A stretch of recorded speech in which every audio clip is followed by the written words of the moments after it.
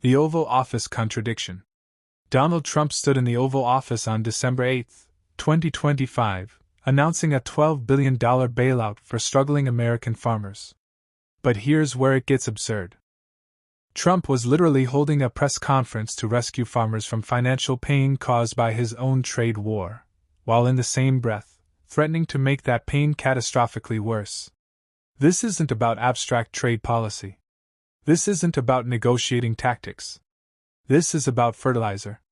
The most basic input costs for every major crop grown in America. And the numbers tell you everything you need to know about how badly Trump miscalculated. The United States imports roughly 90% of its potash. Potash, the potassium-based fertilizer essential for corn, soybeans, wheat, and virtually every other crop that keeps America's food system running. Of that 90%, between 80 and 87% comes from a single source. Saskatchewan, Canada. Let that sink in. There is no quick substitute. There is no emergency stockpile. American farmers depend on Canadian potash the way a hospital depends on electricity. You can't just turn it off without consequences. And Trump, either not understanding or not caring about this reality, decided Canadian potash would be an excellent target for his economic nationalism agenda.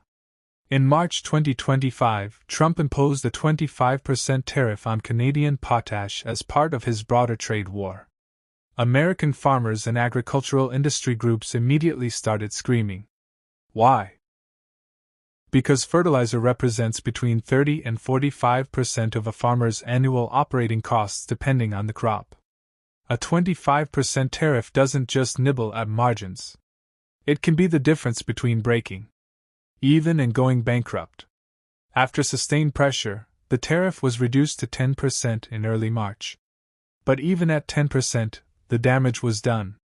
The U.S. Import Price Index for chemical fertilizers jumped from 164.5 in December 2024 to 186.5 by September 2025. That's a 13% increase in less than a year. U.S. farmers saw their fertilizer costs spike 11% in the same period, becoming the primary driver of rising input costs across American agriculture.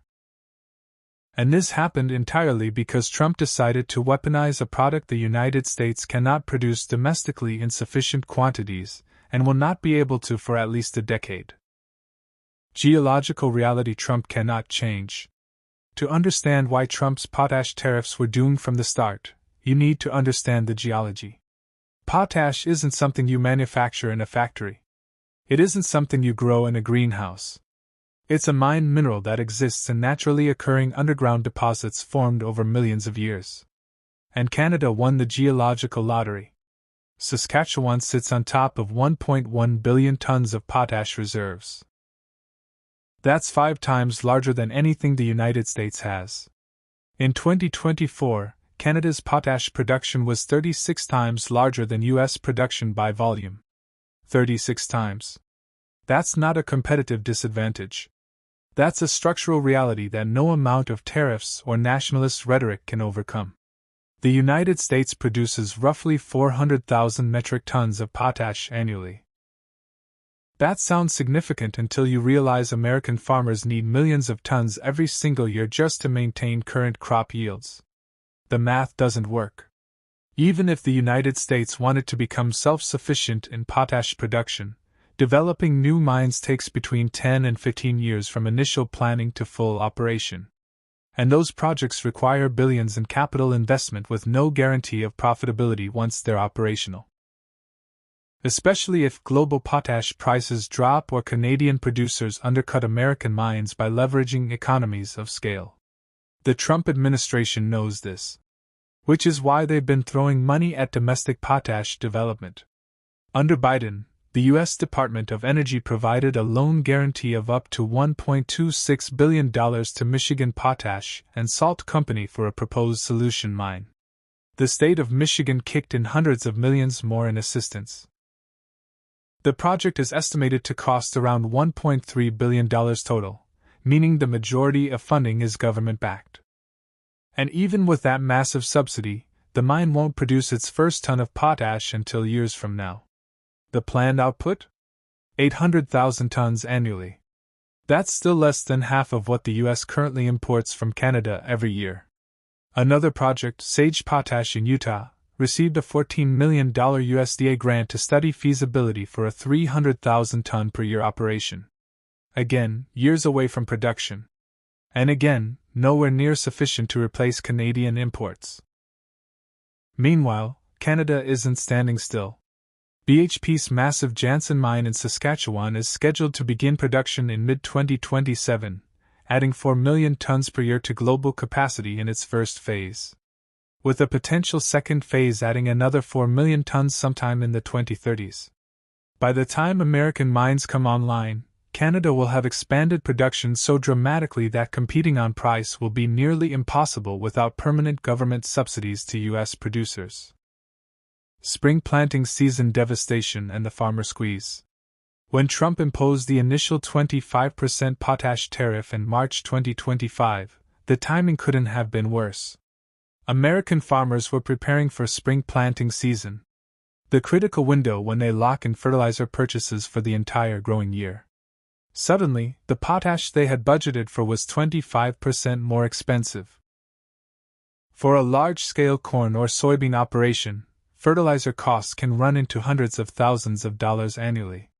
A 25% tariff doesn't nibble at profit margins. It eliminates them entirely. And unlike manufacturers who can sometimes pass costs to consumers, farmers sell into commodity markets where prices are set globally. They can't just charge more for corn because their input costs went up. They absorb the loss. Or they go bankrupt. The American Soybean Association warned immediately that soybean farmers were facing their third consecutive year of losses in 2025. Not small losses. Devastating losses that force multi-generational family farms into foreclosure. The U.S. Prices Paid Index, which tracks costs paid by farmers, rose to 149.9 in June 2025, up from 139.9 the year before. Fertilizer costs were the single largest driver of that increase. Iowa Senator Chuck Grassley, a Republican and one of Trump's most loyal allies, publicly called on the president to exempt potash from tariffs altogether. Agricultural industry groups flooded Washington with lobbying campaigns. The pressure became unsustainable. So in early March, Trump reduced the tariff from 25% to 10% and declared victory. Agriculture Secretary Brooke Rollins issued a statement calling it, quote, a critical step in helping farmers manage input costs. But here's the problem.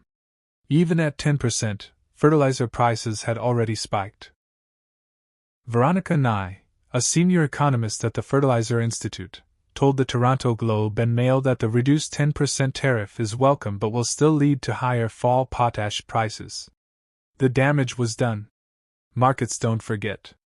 Once prices jump, they rarely come back down to previous levels even if the underlying cost pressure eases. And Trump's response to the crisis he created? A $12 billion emergency aid package announced in December 2025. With projections showing American farmers will receive nearly $40 billion in total government payments for the year. That's close to a record. During Trump's first term, he gave about $23 billion in aid to farmers hurt by his trade policies. Now in his second term, he's more than doubling that bailout. American taxpayers are subsidizing the consequences of Trump's tariff strategy while Canadian potash producers continue operating profitably and expanding capacity.